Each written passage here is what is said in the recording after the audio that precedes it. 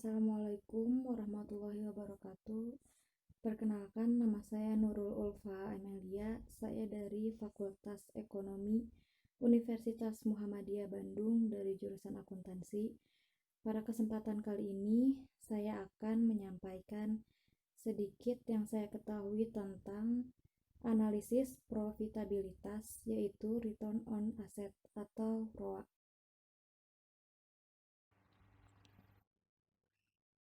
Analisis Return on Asset atau ROA, atau sering juga diterjemahkan ke dalam bahasa Indonesia sebagai rentabilitas ekonomi, adalah mengukur kemampuan menghasilkan laba pada masa lalu.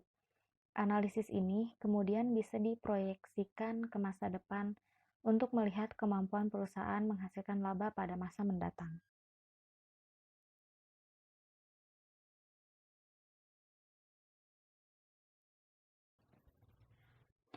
Analisis ROA mengukur kemampuan perusahaan untuk menghasilkan laba dengan menggunakan total aset atau kekayaan yang dipunyai perusahaan setelah disesuaikan dengan biaya-biaya untuk mendanai aset tersebut. Variasi dalam perhitungan ROA adalah dengan memasukkan biaya pendanaan. Biaya-biaya pendanaan yang dimaksud adalah bunga yang merupakan biaya pendanaan dengan utang.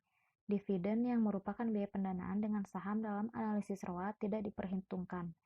Biaya bunga ditambahkan ke laba yang diperoleh perusahaan. ROA bisa diinterpretasikan sebagai hasil dari serangkaian kebijakan perusahaan dan pengaruh dari faktor-faktor lingkungan. Analisis difokuskan pada profitabilitas aset dan dengan demikian tidak memperhitungkan cara-cara untuk mendanai aset tersebut. Formula ROA bisa dihitung sebagai berikut.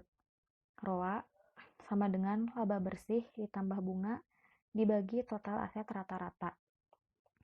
Karena bunga tidak termasuk dalam analisis ROA, maka bunga ditambahkan kembali ke laba bersih. Apabila ingin lebih tepat lagi, maka sebenarnya ada penghematan pajak yang muncul dari penggunaan bunga. Karena bunga bisa dipakai sebagai pengurang pajak. Dengan demikian, setelah penyesuaian pajak, formula ROA bisa dihitung sebagai berikut. ROA sama dengan laba bersih ditambah bunga dalam kurung 1 dikurangi tingkat pajak dibagi total aset rata-rata.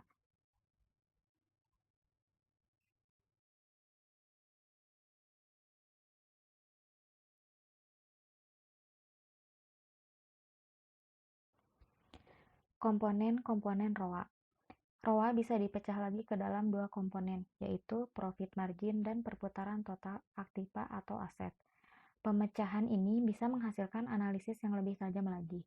ROA sama dengan laba bersih plus bunga dalam kurung 1 dikurangi tingkat pajak dibagi total aset rata-rata. ROA sama dengan profit margin dikali perputaran total aset, sama dengan laba bersih plus bunga dikurangi tingkat pajak dibagi penjualan dikali penjualan dibagi total aset rata-rata. Profit margin melaporkan kemampuan perusahaan menghasilkan laba dari tingkat penjualan tertentu. Profit margin bisa diinterpretasikan sebagai tingkat efisiensi perusahaan, yakni sejauh mana kemampuan perusahaan menekan biaya-biaya yang ada di perusahaan. Perputaran total aset mencerminkan kemampuan perusahaan menghasilkan penjualan dari total investasi tertentu.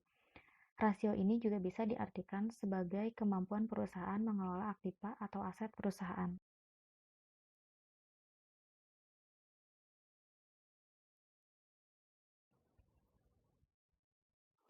Berikut tabel ROA, profit margin, dan perputaran aktiva untuk dua perusahaan hipotesis ABC dan XYZ untuk 3 tahun berturut-turut. Dari data di atas, nampak bahwa ABC mempunyai tingkat ROA yang lebih tinggi dibandingkan dengan XYZ selama 3 tahun terakhir. Dengan pemecahan ROA ke dalam profit margin dan perputaran aktiva, tampak bahwa profit margin ABC lebih tinggi dibandingkan dengan profit margin XYZ. Keduanya mempunyai tingkat perputaran aktiva yang sama.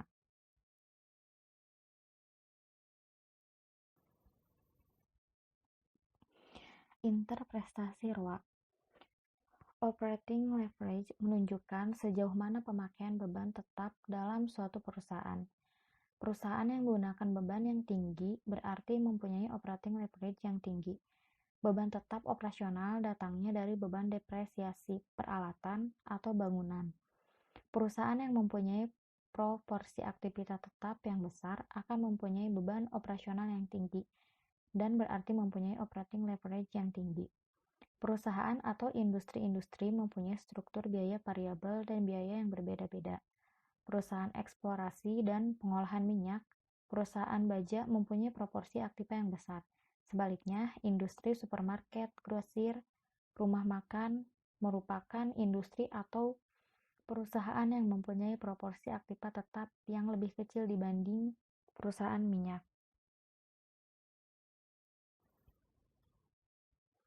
Perusahaan dengan operating leverage yang tinggi akan mempunyai pendapatan yang tinggi pula.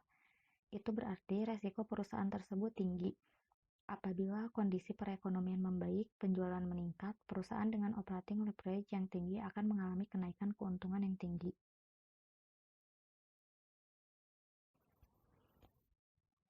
Berikut ini data yang menunjukkan operating leverage industri dengan standar deviasi ROA yang merupakan pengukur fluktuasi ROA, juga sebagai pengukur risiko perusahaan.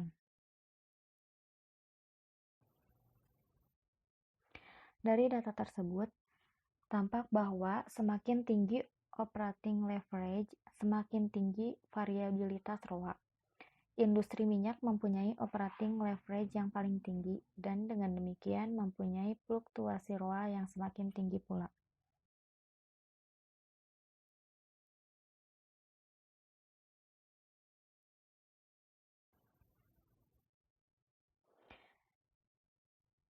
Dari data tersebut, menunjukkan dua perusahaan A dan B yang mempunyai operating leverage yang berlainan. Perusahaan B mempunyai biaya tetap yang lebih besar dibanding perusahaan A, tetapi biaya variabel perusahaan B lebih kecil dibandingkan biaya variabel perusahaan A. Titik impas kedua perusahaan juga akan berlainan. Perusahaan B mempunyai titik impas yang lebih besar dibandingkan dengan perusahaan A. Titik impas formulanya sebagai berikut, yaitu biaya tetap dibagi harga per unit dikurangi biaya variabel per unit. Dengan semakin tingginya biaya tetap, maka titik impas akan lebih tinggi karena yang dibagi akan semakin tinggi pula.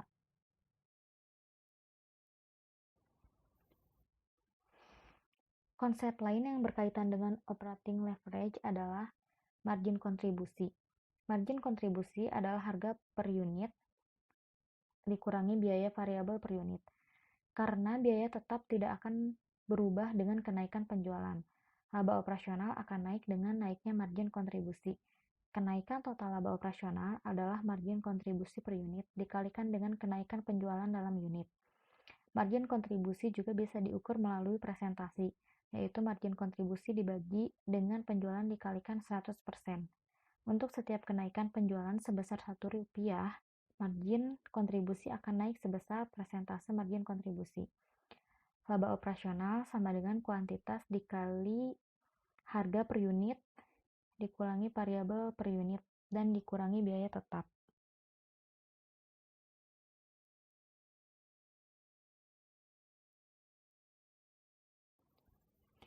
Siklus kehidupan produk. Siklus kehidupan produk akan mempunyai pengaruh terhadap ROA atau perbedaan-perbedaan ROA. Produk mulai dari muncul sampai menghilang bergerak melalui beberapa tahap. Pertama, tahap perkenalan atau introduction. Pada tahap perkenalan, perusahaan memfokuskan pada perkembangan produk melalui riset dan pengembangan, pengembangan pasar melalui iklan dan promosi lainnya, pengembangan kapasitas melalui pengeluaran investasi pada pengembangan pabrik atau perluasan pabrik. Tujuannya adalah untuk memperkenalkan produk baru dan memperoleh market share. Sebaliknya, pada tahap kedewasaan, produk relatif sudah mapan dan tidak membutuhkan upaya pengembangan atau penyiapan infrastruktur. Pengeluaran investasi pada tahap ini relatif tidak signifikan. Kompetisi semakin keras.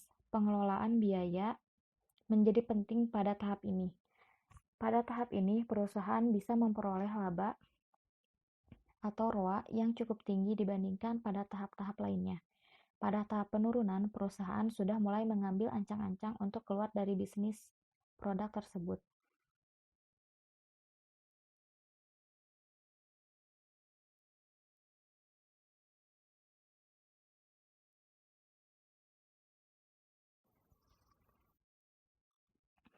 Perbedaan dalam komposisi profit margin dan perputaran aktiva.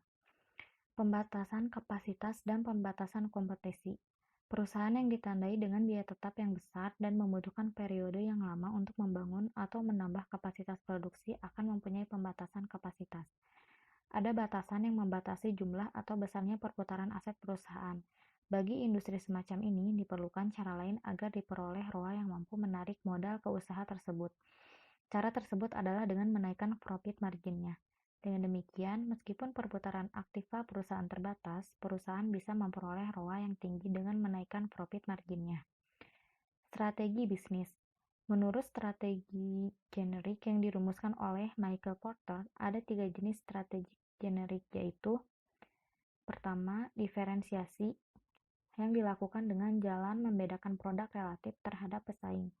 Persaingan harga bisa dihindari dan perusahaan bisa mengenakan harga yang lebih tinggi dibanding jika perusahaan menggunakan strategi persaingan harga. Strategi ini bisa dicapai melalui penekanan pada kualitas yang lebih baik, pelayanan yang lebih baik, atau faktor-faktor lainnya. Strategi biaya rendah dilakukan dengan jalan menekan biaya perusahaan agar perusahaan bisa memperoleh daya saing harga. Pada beberapa industri dengan produk yang menyerupai komoditi tertentu, seperti baja dan minyak tanah, usaha diferensiasi biasanya sulit dilakukan. Persaingan untuk industri atau perusahaan semacam ini lebih ditandai dengan persaingan harga. Supaya bisa memperoleh daya saing harga, perusahaan harus menekan biaya di perusahaan. Penekanan biaya ini bisa dilakukan dengan pemanfaatan skala ekonomi, efisiensi produk, dan pengendalian biaya lainnya.